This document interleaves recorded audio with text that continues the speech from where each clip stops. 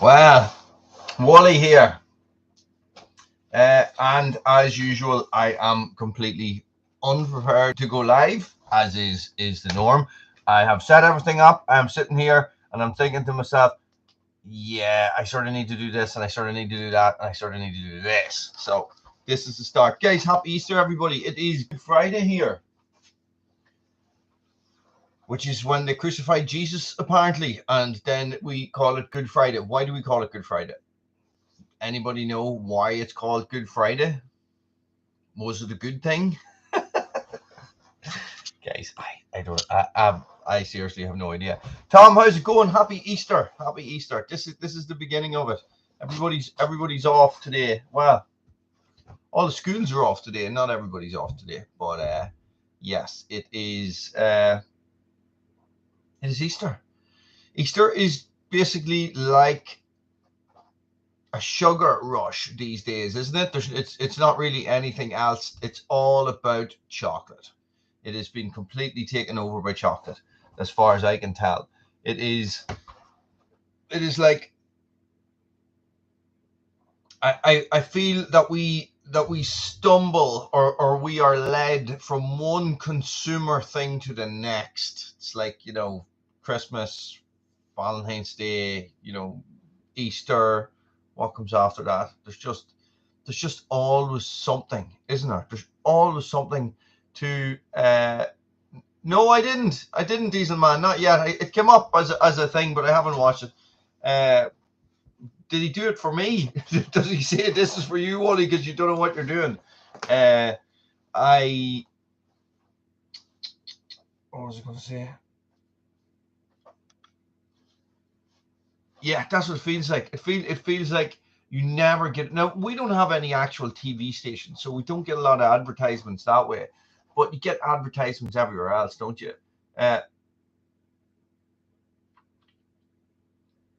Yeah. Federal postmen do a lot of work. I don't know how well paid they are, but Jesus Christ, they do a lot of work, don't they?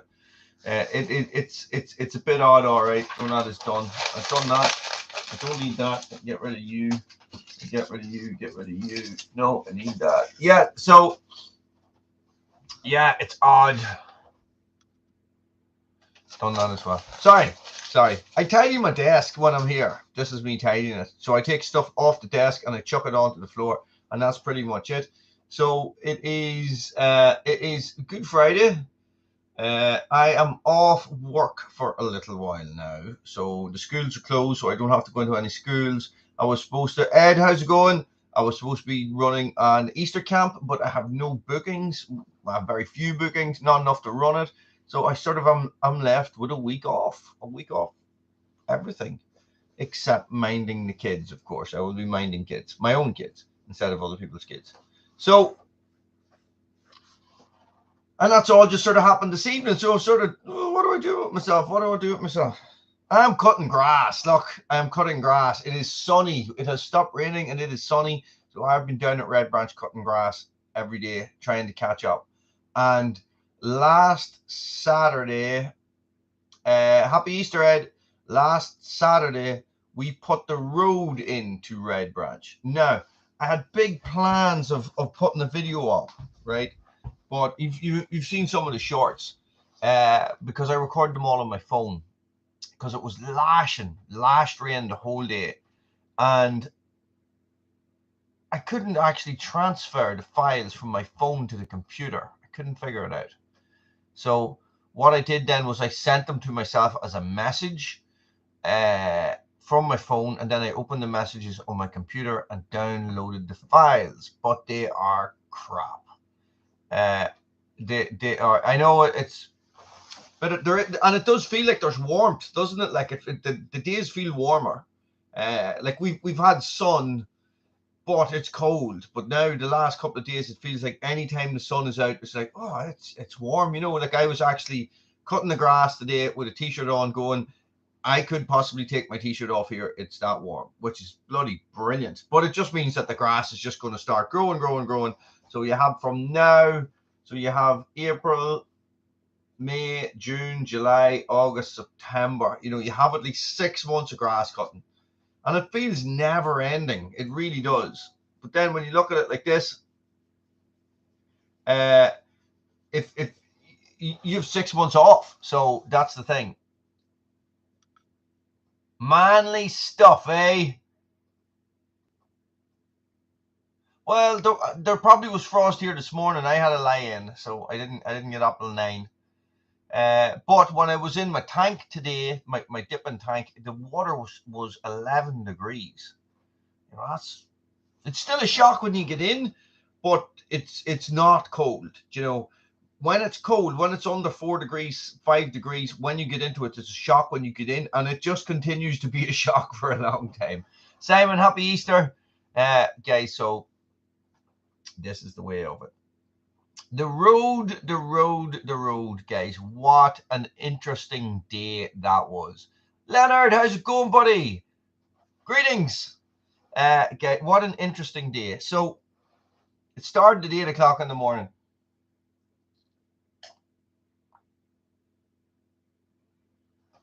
Not for me. It started with a digger man at 8 o'clock in the morning, being at Red Branch. We had 2 rolls of geotex membrane to put down. You're only on your first cut, Simon. Jesus Christ, this is like my 4th cut. My 4th cut, but then I like to cut it before it gets a bit messy. I always like to get one cut in first and then let it sort of level and grow up. What I have done today now is I have cut it a really good cut, and now I'm going to let all the dandelions grow. So I'll probably leave it for a couple of weeks, and then let it all grow up, and then when the dandelions start down back, I will cut it again. Or I might not. It depends. It depends. But generally, that's what I do. I do like the dandelions, you see. No more me. No more me. That sounds like I can speak Vietnamese. That is a really good idea. I might do no more me. That is what I will do. That's perfect. That's absolutely perfect. That's what I'll do. I get some wild. Well, because I do cut it short and then leave it. And I do have sections that I don't cut at all, where there's lots of trees planted, where I have lots of stuff growing up. We have a whole big wildflower area as well that I only cut now. And I cut it real tight and I leave that now. And I won't cut that till September, October again, when everything's dead and all the seeds have fallen and the bees have gone out and the birds have done all their things. So that is generally the way I do it. Slash and burn jungle tune. I like that. I definitely know about that.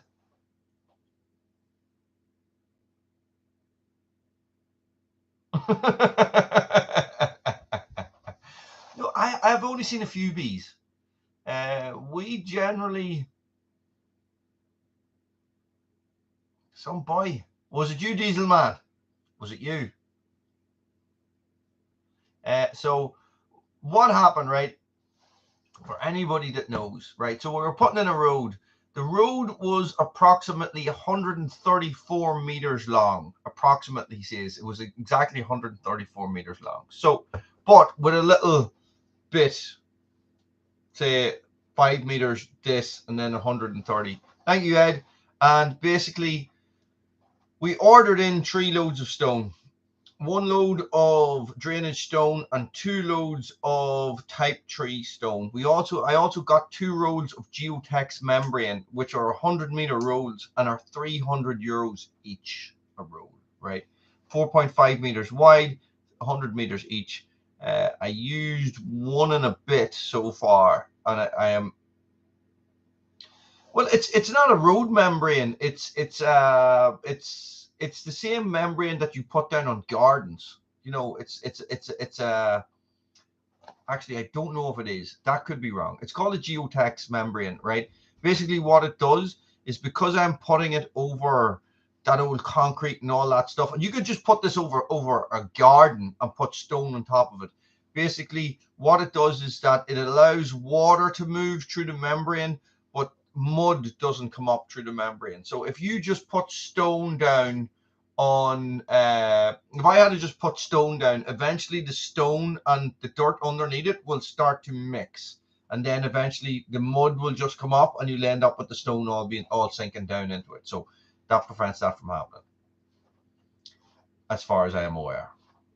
as far as I'm aware. So what I have another section where the car park is that I didn't put that stuff down, and it is just really dirty. It's really dirty. It's like there's all grass growing in it and stuff like that. And because when you're driving on it, everything starts to mix up together and stuff.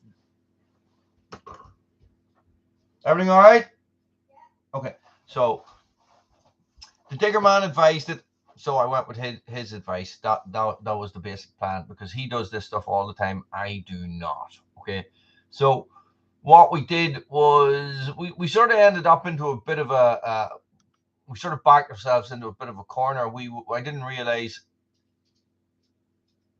Yeah, well, this is it, Ed. This is it. And because it's beside the river, and because we had to dig drainage across it as well, and we had to put in land drains and French drains with land drains in it, and then fill them back up with drainage stone and wrap everything in membrane, and then put membrane over the top of it, and then the stone over the top of that. It took a long time, boy. It took a long time.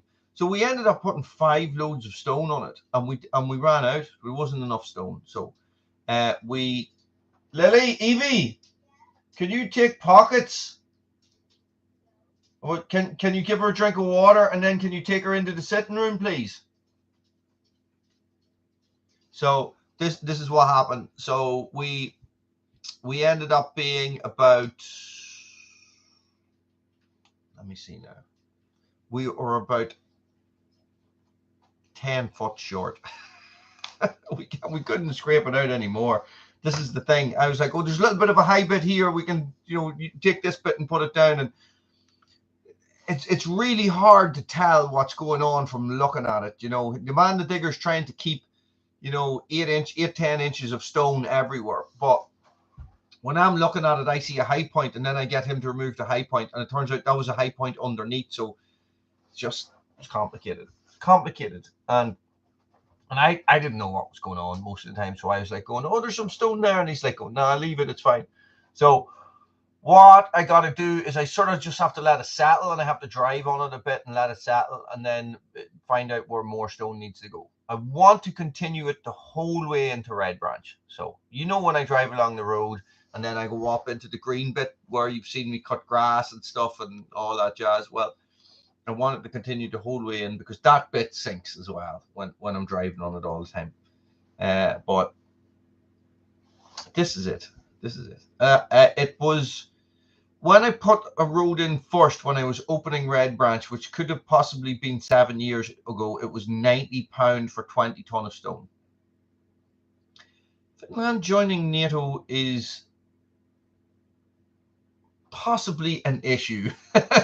Not with me personally, but it could be. Finland joined NATO. China will invade Taiwan, and it'll all go tits up. Heidi and Pollyanna, it is time for bed. Guys, come on, really? 9:15. You need to go to bed early and save up all that energy for Easter Sunday. Get up really early tomorrow. I have very clear soil. This is a problem as well. I have a bit of blue clay there as well. But the thing is that because it's surrounded by, when we dug out the pond, it has never filled up because it just drains away so fast. I'm hoping that maybe putting some topsoil into it and letting it knit together with topsoil, it might sort of hold a bit of water eventually.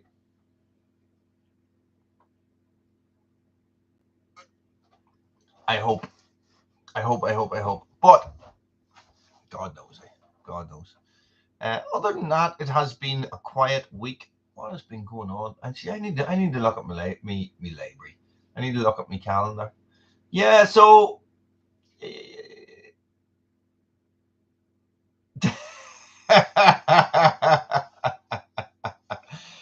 Ed, I'm sorry, I tried. Heidi, you're right. It is the weekend. Stay up all night. Woohoo!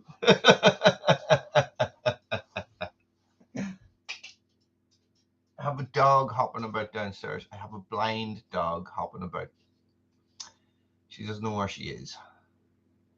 Evie, can you sort out pockets, please?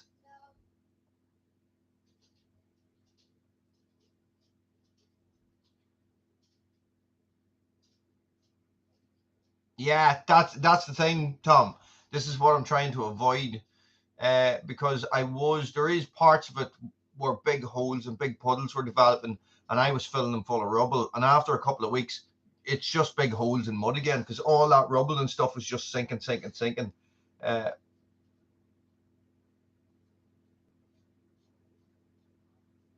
that mean that there's no clay left? It took all the clay out of it. What do you mean by puddling pond?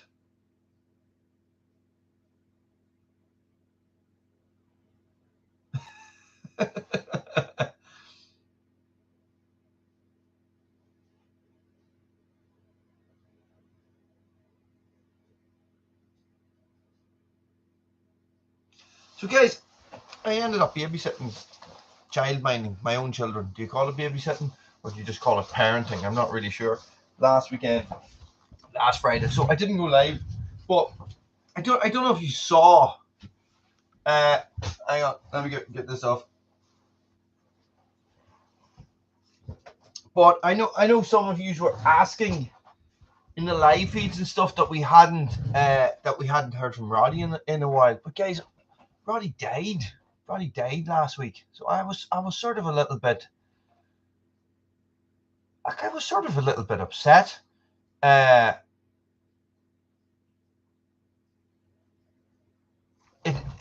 I sort of did. It was a little bit of a strange feeling, to tell you the truth. Roddy is somebody that I would have talked to a lot. Now, I was aware that he was sick. Recently, I hadn't heard from them. I had messaged him a couple of times. That's a really good idea. That's what I'm thinking of doing at Red Branch in the pond. I'm thinking of lining it with wattle lining it. Yes, guys. So it was Indiana Doug messaged me, because I'm not on Facebook very unless I turn on this computer that I'm on now. I'm not on Facebook. So he messaged me and said, "Oh, that Roddy's died." And it was as far as I'm aware, I think he had a brain tumor or something, guys. I'm just going to share something with you, okay? And you know, of course, he sent me an axe and stuff like that as well. So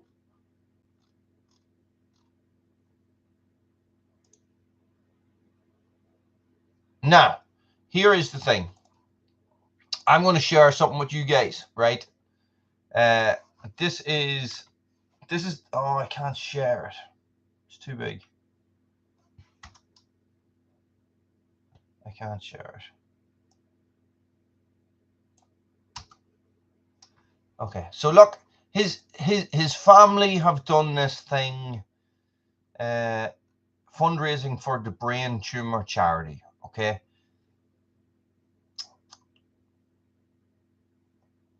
Right.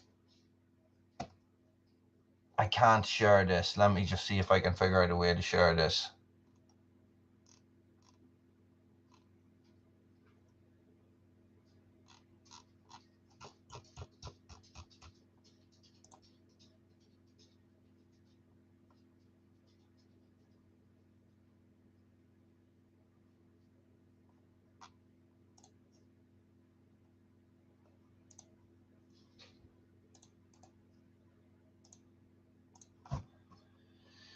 Sorry, give me a second. Okay, so this is nothing to do with me, right? It's nothing to do with Woolly's World or anything like that, guys. But this is something that his family have set up. I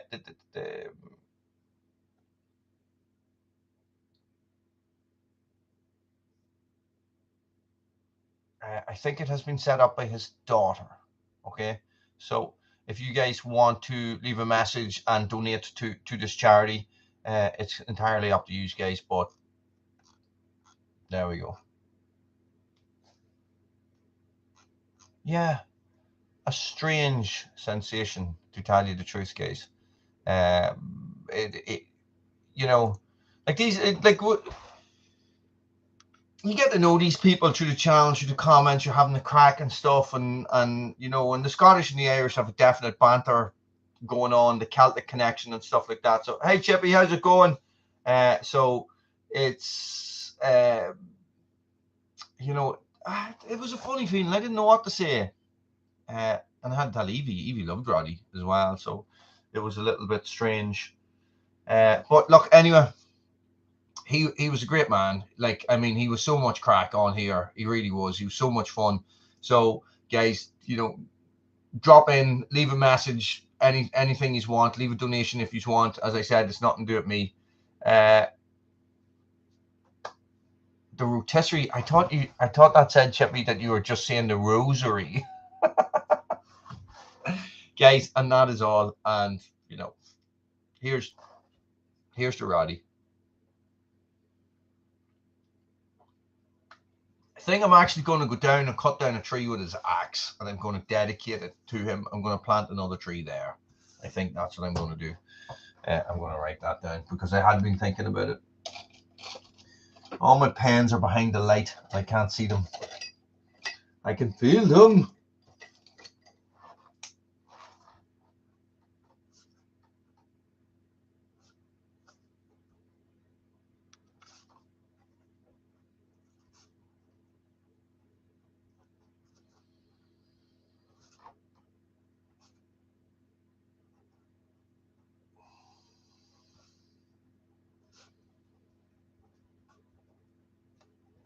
That'll do, won't it?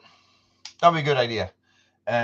Yes, and I have some Scots pine as well, so I'll put a Scots pine in for the Scotsman. Yeah, it was just strange, you know. I didn't really know. Nice, not nice, but yeah, a lovely idea. It's awful young, Jesus Christ. Yeah, that's what I'll do. I have a leaner. I was actually thinking of taking this tree down anyway, and I was thinking of doing it for Roddy's axe. So that is what I will do. But you know, I had this thing happen to me the other day. So I went out on my Monday, as I always do on my Monday. I got up in the morning. At 6 o'clock. I did my dip, came back in, did my 10-minute warm up calisthenics and stuff like that, and then I did my press ups and my squats and all that, and my 40 minutes of that, and then I did my meditation. Then I went swimming, and I swam for an hour, had a sauna, hot tub, all that really difficult stuff, you know.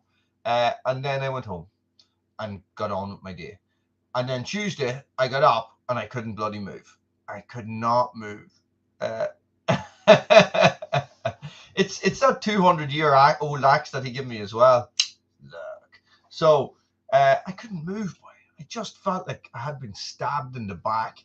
Massive back pain, just really bad back pain, like just right in the middle of my back, sort of over this side.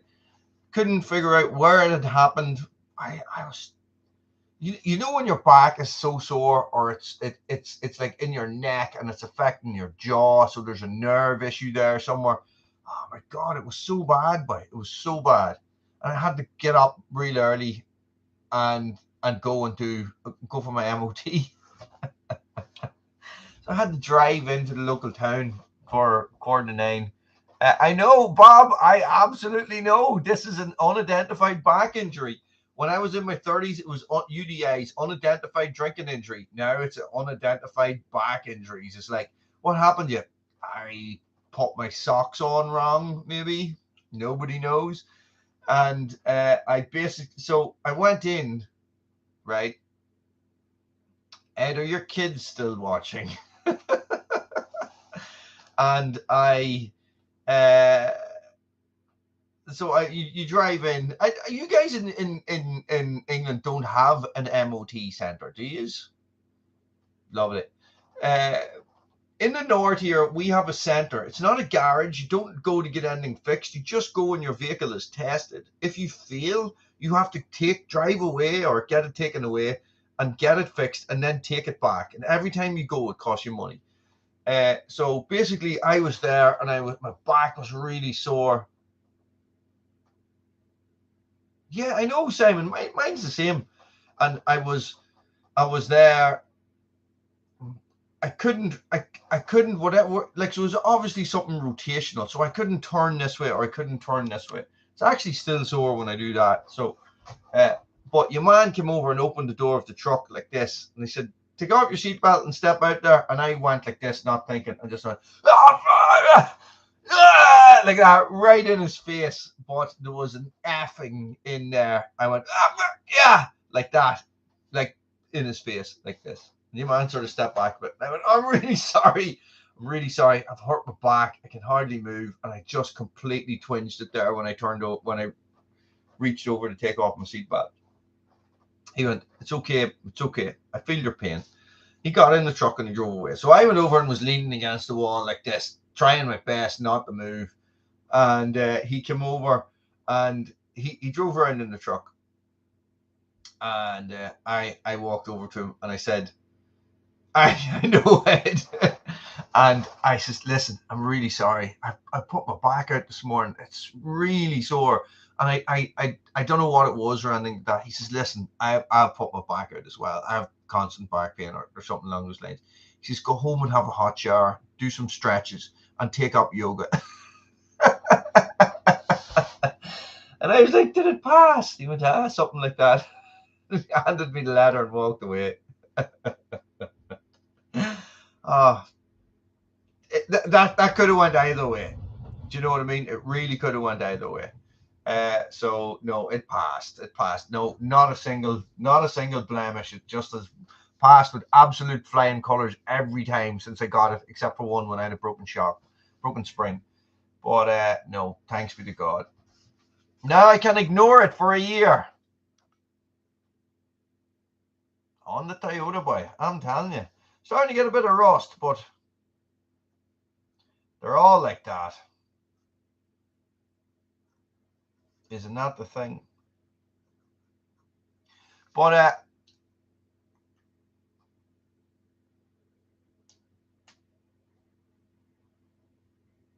no. Well, this is the thing. So when I came back on Tuesday, I battered myself on the foam roller, and we have a massage ball. You know, it's like a real hard plastic ball, and you can turn it on, it'll vibrate a little bit. You put it against the wall. Oh, Jesus Christ, it was sore, but it worked. I know, Tom. It's a disaster. It's an absolute disaster. So my MOT was on Tuesday, but it's been up since January. But I don't care. It's not my fault that the system's broken. That's the way I say it. Nobody has ever stopped me. The last couple, as long as I keep it 6 months away from my tax, I'm okay. You know, so my tax is up in the summer. It's always up in the summer. My MOT is always around Christmas sometime. The problem being is that I have booked this since November, and you can't book your MOT until it's a month, 2 months prior to your actual MOT running out. I booked it, and you can only get it 6 months 6 months away. It's ridiculous. It's absolutely ridiculous. So they should automatically put you in for the same time and then let you cancel it if you don't need it. What, you see, this I don't understand. You can't enforce it if it's not your fault. This is it. If you have I can't understand them doing that, because if your tax is up, it's a different story, right? No, it depends on tax, Simon. Thanks, Bob. I've been thinking about that. No, husky man.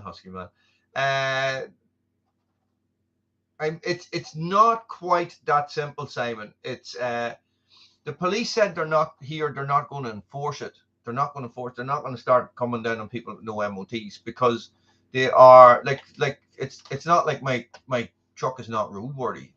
It's not like it's serviced every year. You know, heavy serviced every year. You know, everything is always fixed on it. It's just that it's ridiculous.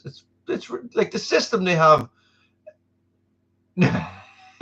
I need everything in for an MOT. I've no service guy anymore, you see. What do you call him? Chris has shut his place, so I have no service center. And my 2 lawnmowers need service. Definitely need service. One, actually, the pull cord's broken. But I might get rid of that lawnmower. It's too heavy. I don't need a big, heavy lawnmower for the house. You know, I just need something small. something that is easy, something that will fit in the shed, which is a big thing. But no, like, this is a system failure. They need to fix the system. It's not up to the people to fix the system. It's up for the people that run the system to fix the system. Do you know what I mean? No, I don't think so, Diesel Man. I wouldn't bother. I would get something petrol related. I don't like those Flymos. Not when you have dogs. You try your best to lift the poo out of the garden, but you know yourself, it doesn't always go according to plan. But no, I think it's like the system has been broke for at least 5 years, and they have done nothing to fix it. Nothing.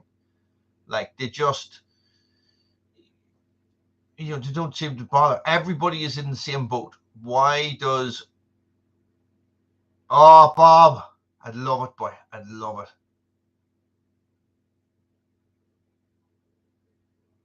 John, how's it going, buddy? Ain't no snakes in my boots.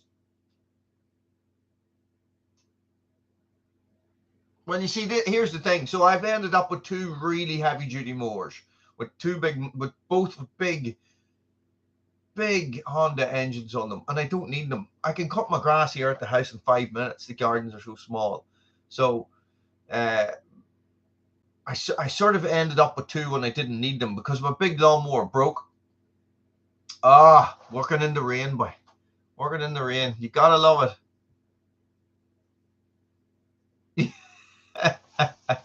I know, but is it politics? Is it like, why do we have an MOT system? Why can you not just go to your garage and get it done like you can in England? It doesn't make sense.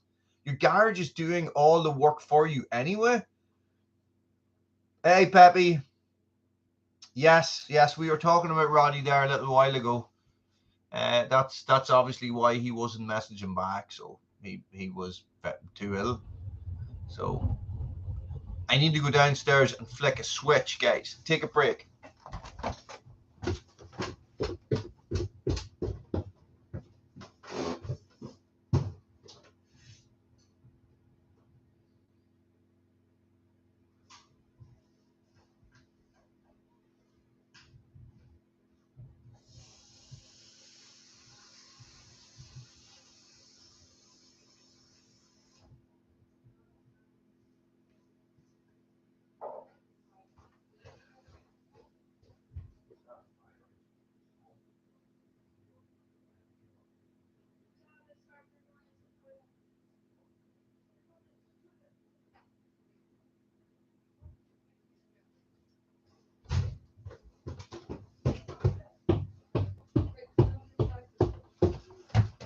Sorry, no.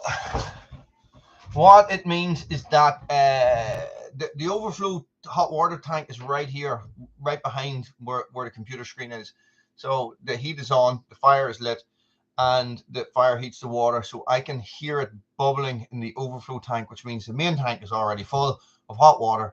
So I run downstairs, turn off the oil heat, turn on the pump for the hot water.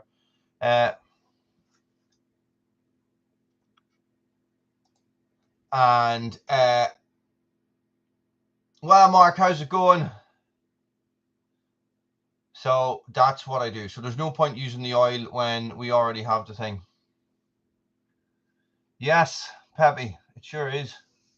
Yeah, tough, wasn't it? We were just talking about that, like sort of a strange feeling. What just happened there? But yes, so basically that is what happens. So there's no point wasting the oil when the hot water is there, and it can just be pumped around from the fire anyway. So yes. So what were we talking about? What were we talking about before I had to run downstairs? Who remembers?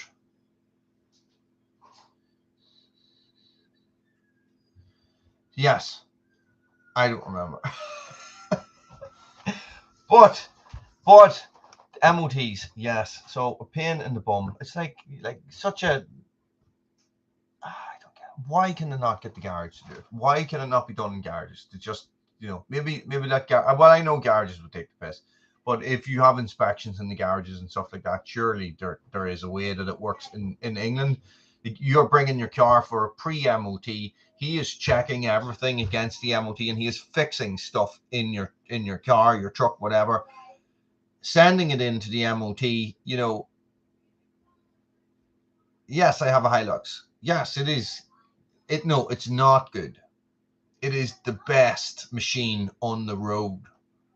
That's it. It doesn't get any better. And mine is absolutely bog standard. Absolutely.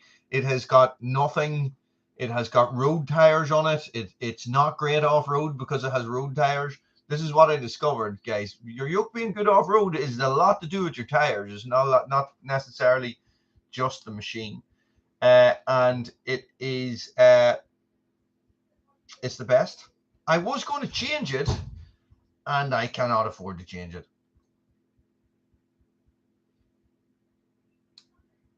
Not yet, Simon.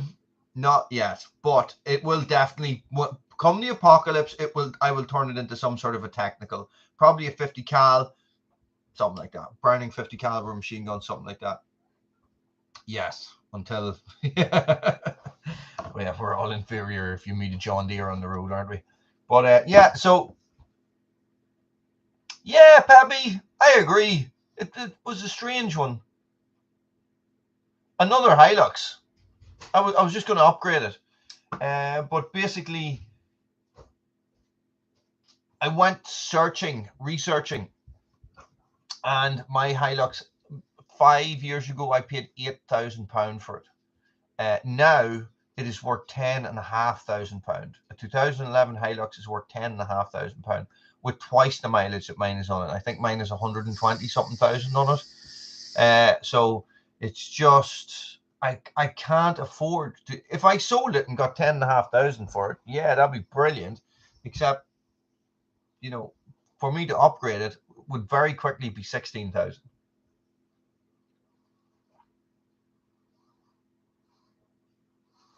It's like nothing has come down. It's like it's like everything just went up. Sorry, my camera feels a wee bit out of focus. It's like everything just went up, has come down a little bit, and it's just stayed there. It's like, you know, that's where I got it from. NIE Networks, Ed. I bought it from a guy who was a tree surgeon for the electrical board. So it looks like an electrical board. Well, obviously it used to be one. It's got a high back and everything on it. That's why it's got the high back. So all these, when I'm driving down the road, all these NIE guys be flashing me all the time. And the thing is that it is exactly the same as what the customs drive here as well. So when they're dipping yokes for dodgy diesel and stuff like that, they drive a Hilux with a high back on it. So what happens? I think the timing belt was done at 70 or 80. The timing belt was done before I bought it, but I'll have the crack with my mechanic and see what he says. Hopefully it's not a big job. Some of these timing belts can be a bloody disaster.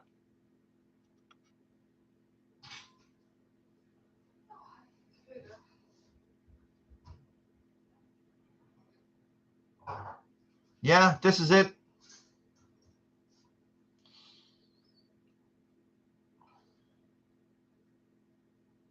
Serious money. I don't understand.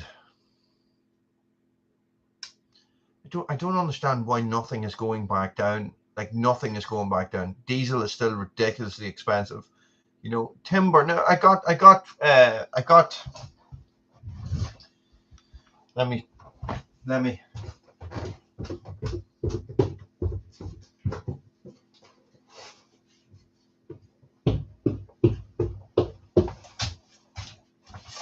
I ordered stuff in.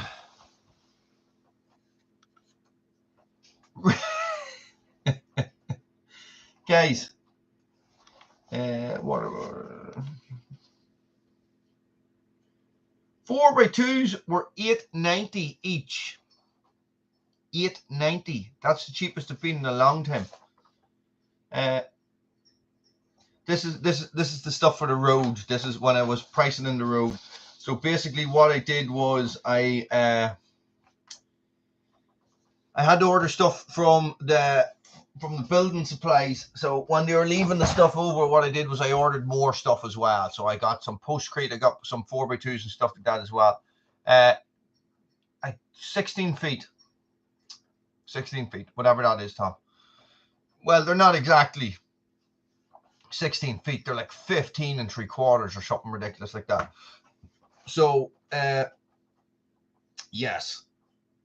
So that is, yeah, tannalized as well. So pressure treated as well. I don't know if the VAT's included in that or not. I'm not sure.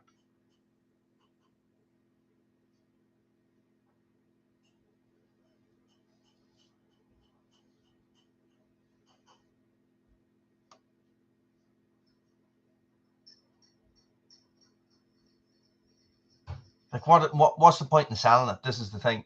Unless I won money, you know, so I had 10 grand to put to it or something like that.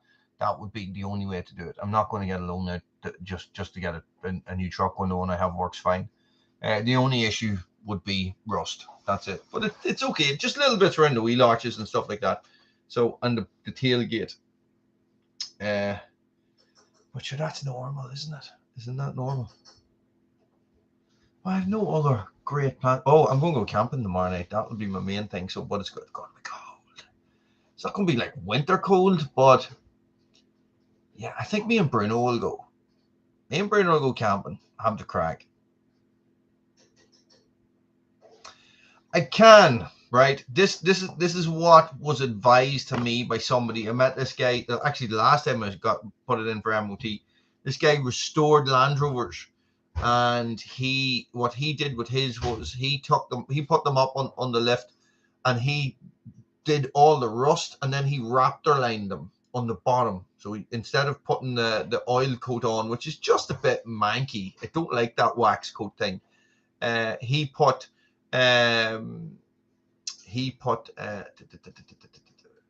raptor lined it, so it's a spray on lining. You guys have heard of raptor lining, haven't you? So nice one, Ed. So that's what he recommended. That's what he did with his yokes. Now these guys would also do all the rust on the body, and they would raptor line the whole yoke. They would color the raptor spray, and they would raptor the whole thing. So not wrapping it. So it's like a spray on hardener or something. It's hard to describe. You know what I'm talking about, don't you? Yes, Wally. Yes, Wally. Okay. So, so he actually said, Ed, that there was a boy up in Belfast that he would take his yokes to, and they would strip them down and raptor line everything. But oh, okay. Well, Sogs, how's it going? And would you recommend it, Ed? It's quite pricey. It's quite pricey to get it done. This is the thing. It's not pricey for the actual raptor line itself. It's like taking it in, getting somebody to go through it with a tooth comb and fix all the rust. Because if you don't fix all the rust, it's pointless in doing it, because all you're doing is raptor lining rust. Yeah, not bad, Sogs. We're all taking it handy. So I think they might originally use it for like a bed liner, so that the liner of trucks, beds and stuff like that. What do you think, Ed? Is it worth it?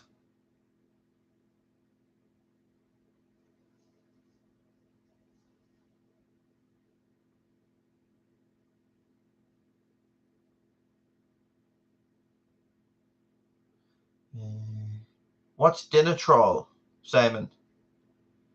Dinitrol. That's what he advised. This guy had said to me, right? Now I know nothing about this. We're talking about cars, Sogs. We're talking about cars. I have my MOT on Tuesday for my Hilux. We're talking about rust in 4x4s. Yeah, well, actually, I was looking into it, and I was chatting to this boy that details cars, right? And I couldn't remember the name, but I was calling it rhino lining or something like that. And he says, no, I think you're on about raptor lining. And he works across the border. And I went on to eBay, and we were talking, and I says, and how much would you need? And I got a kit, including a spray, a sprayer, and the kit, and it was like £99 or something like that. And he was like, that's cheaper than I can get it. No, I've no rust. We're just talking about getting it lined and how, if there is rust, you would need to get it sorted first. Yeah.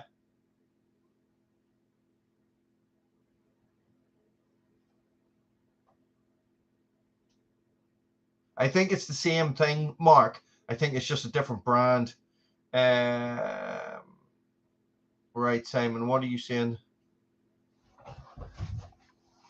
What is that stuff, Simon?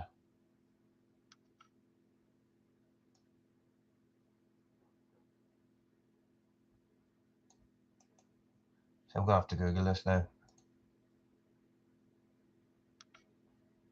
Oh, Corusol, is that it? Oh, Hydrate 90, I see it. Oh, a rust killer, eh?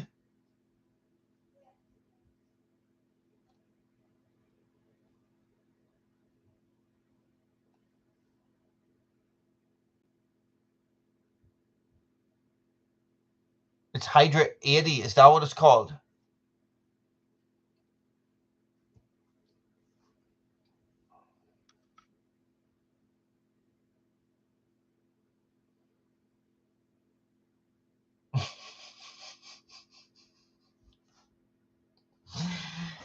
I'll be spraying it in my hands and go around punching stuff. Blah, blah, blah. Yeah. I don't know. It's hard to know. That's what your man recommended. He said, look, don't sell your truck. Keep it. Fix all the rust. Get it wrapped or lined. You know, as long as the person who's fixing the rust knows what they're doing and everything is sorted, it should be fine. You know, so I was like, okay. And he was a Land Rover guy. And, you know, if a Hilux is bad for rust, bloody Land Rovers are worse. You know what I mean? So something that neutralizes rust. How cool is that? Yeah, I know. That's the thing, isn't it? Well, the thing is that there's no rust on it. Well, there is, of course, but there's nothing major. A friend of mine used to restore VWs, and he did camper vans and Beetles, and he had a 1977 VW camper. And when he took it all back to respray it, he actually found that one of the back panels was made from road signs. There's like a road sign welded in. Nice one.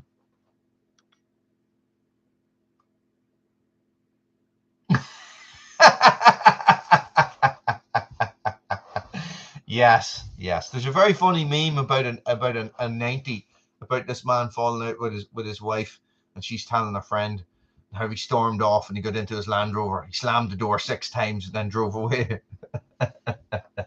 Well, this is the thing. At least the Hilux goes where it's supposed to go. You know, the doors work, everything else works. It's just got a little bit of rust. But guys, here's the thing. Do you know any 4x4s that aren't prone to rust? You know,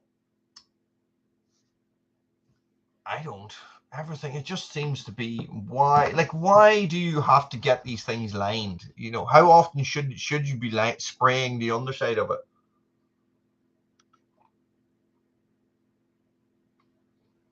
I'll have to get new tires soon as well. I keep saying that. Every year. Those tires are on at 7 years. And I'll have to get new tires. Now, that is a minefield.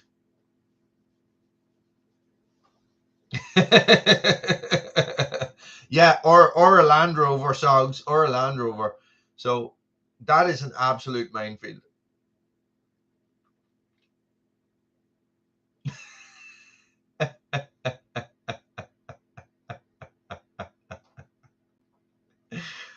I know. It's crazy. Yeah, I'll have to get new tires. So I have Bridgestones on it at the minute. Bridgestone jewelers, not like a jeweler, like a jeweler, you know, like a on guard. So I would probably go for them again, but they're like 120 quid each. 120 quid each. You know, that's a lot. It's a lot of money for a tire. You're buying 4 of them. Might have done well then. Might have done well. They're starting to crack a bit, you see. There's definitely an issue with something. Now tell me this, you 4x4 guys, right? The passenger side wheel tire is wearing on the outside. It has been balanced and it has been tracked and it is fine, but yet it still wears on the outside. Not too bad, Northeast. How's yourself? Tacomas are nice. Tacomas are bigger. They're much bigger.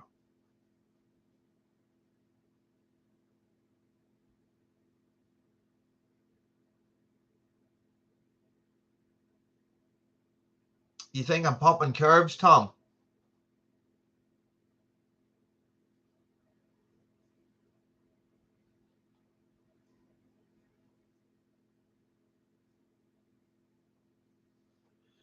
I think a Tundra is more like a Hilux.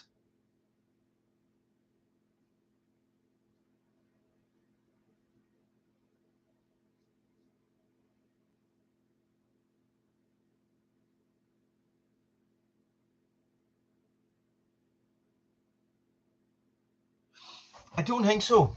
I did have a soft tire in it for a while. I tell you what happened is that I ended up getting my wheels sprayed, and your man put them on the other way around. So he swapped the two, and now what's happening is that the other one is now starting to wear as well. So it's like, and it's not, you know, like I check my tire pressure all the time.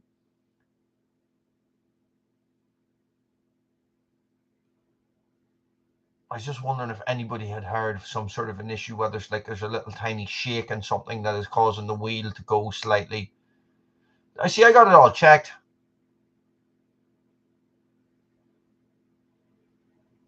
Only on one side. Only on one side. It's confusing. Maybe a wheel bearing. Maybe. Ah, yes. Ah, yes. That's true, Tom. Yeah. What else? What else would a wheel bearing show up? Like, would you feel anything? Would you hear anything?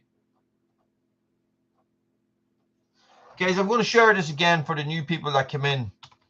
This is something that we were talking about, was the fact, no, everything's fine in the MOT. This is it. Nothing is showing anywhere. Mechanics are seeing nothing. Nobody's seeing anything. Guys, this is what I shared right there for you guys that have just come on. This is a link. It's a Hilux. It rumbles all the time. It just rumbles. It makes noise. It creaks. It groans.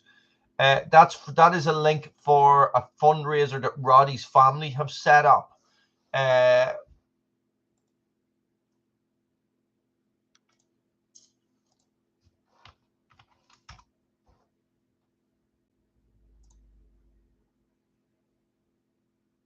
So if you click the donate button there, if you click home, it'll take you back to Roddy's thing. And it's for the brain tumor charity. As I said, guys, it is nothing to do with me.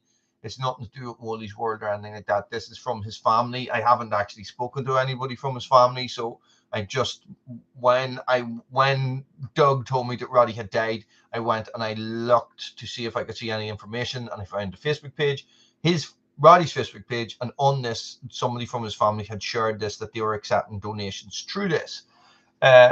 So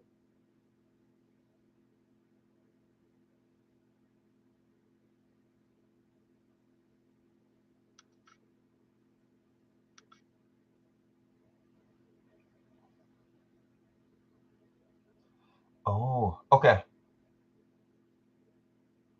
Okay, so you just be going like this to see if it'll go back and forward like that, to see if it'll move like that there.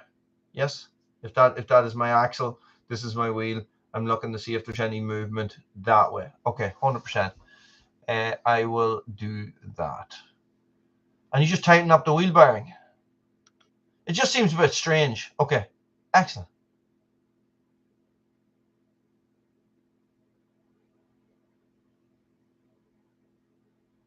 Ah, okay. Yeah, so like the MOT is a blank. There's not one single fault. There's nothing. There's no minors. There's nothing at all.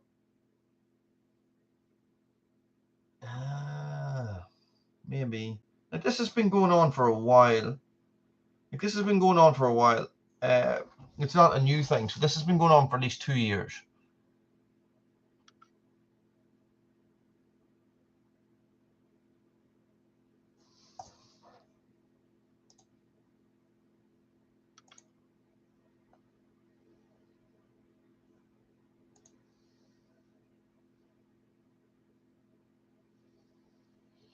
Well, if the MOT didn't find it, I am going to assume it is not there, especially after I shouted in your man's face. I have like 120 something thousand. It could be one. I thought it was 1, 2, 3, nearly 4. I was going, oh my God, I'm going to take a picture of this. It's going to be 1, 2, 3, 4, 5, 6. And I never caught it, never once. So it's 123,000 miles on it. Ish. It doesn't get a lot of driving. I drive it every day, but it doesn't do a lot of miles.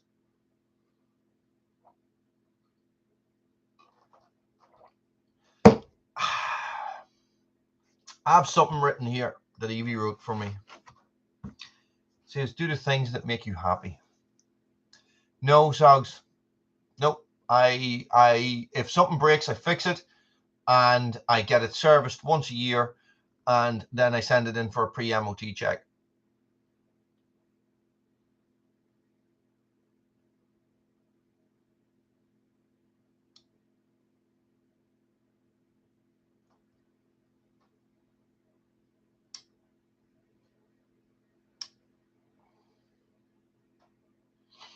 $2011. It's a good machine, good buy as well. I bought it from, as I was saying, I brought it from Northern Ireland Electricity Board, and they never owned them, right? So they hired them from a company. They're all hires. I didn't realize that. So when I bought it, your man handed me. Oh, do I have them? No, I'm not going to go looking for them. Your man handed me a stack of books, 4 books, this size, 4 books. He says, that's the log books. I was like, what are you talking about? He says, these are owned by Donnelly Motor Group. Basically, NIE hires all their vehicles from these hire companies. The hire companies, the vehicles have to go back to the hire companies every 2 months or something, or every month, for a full vehicle check, and anything that is wrong is fixed. And I was like, okay. So this yoke wanted nothing in its life. The man was a tree surgeon, but he trained the tree surgeons in the NIE, so he never drove it off road. He drove it from his house to work and back again. When they were replacing them, yeah, it's just the way these go, isn't it? When they were replacing them, they give them the option to buy them. So he bought it and sold it on. God knows what he paid for it. I'm sure he didn't pay much, but I got a good deal. You know, I didn't really care. It just, everything just worked out. You know yourselves, when you're trying to buy cars and you're looking and you're looking and you're looking and you're waiting for that right one, and everything just combines, just all clicks together.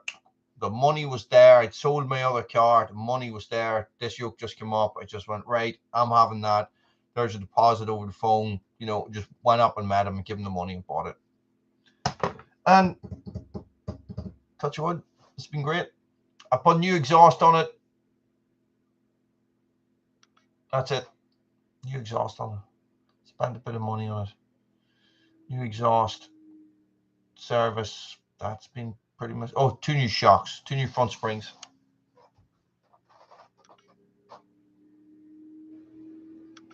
Yeah, I heard that, Diesel Man. I heard that before.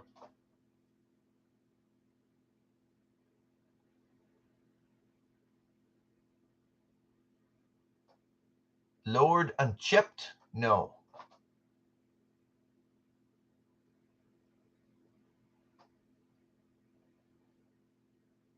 Why would you get it lowered and chipped? I did get 2 bags of chips tonight, but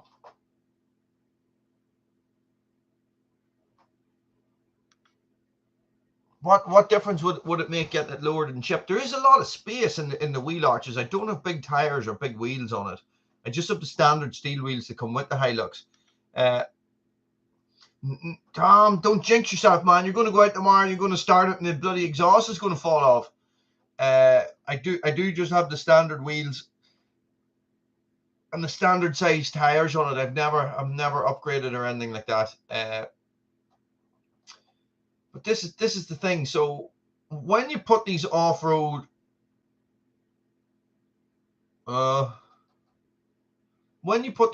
tires on it, it affects the fuel consumption, doesn't it? These off-road tires are tough on fuel as far as I am aware. So this is what I'd be thinking. For the amount of off-road driving that I do I really need really aggressive off-road tires? You know, I don't. You know, I'm much better with a fairly decent road tire that can sort of hold its own.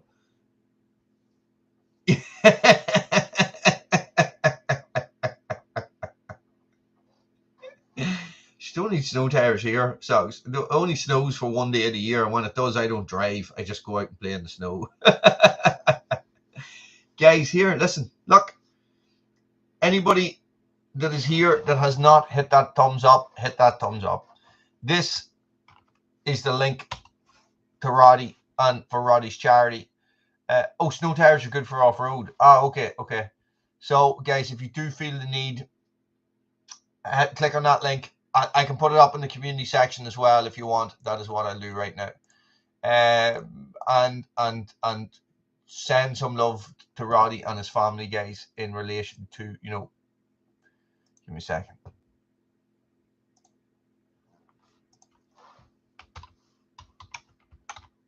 Oh, wrong button.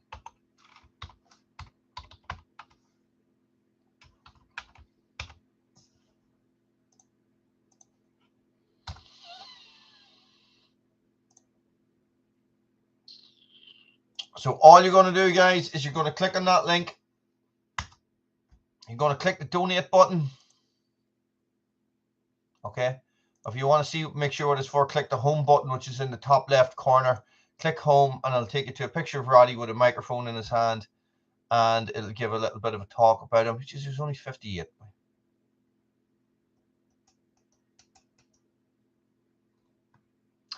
Yep, and that's it.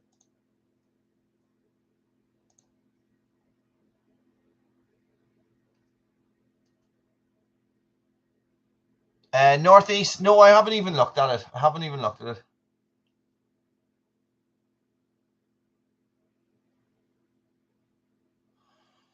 Plans for the weekend. Chippy, I'm going camping tomorrow night. Me and Bruno are going to go out for the first camp out of the year. I'm about a month overdue a camp out. I think we are probably, then it's Easter Sunday the next day. So we are probably going to go camping just down at Red Branch. I'm not going to hike camp, but I feel a hike camp. I really feel like I need a hike camp. The weather has been crap, Chippy. It's been absolutely terrible. It has rained for a month solid, and but it has been sunny and fresh for the last couple of days. Yeah, I'll try not to shoot the Easter Bunny, guys. Look, listen. I will catch you all next week. Thank you everybody for being here. A little bit of a strange feeling for me to come on, you know, about Roddy. But thanks for watching, guys. Stay frosty.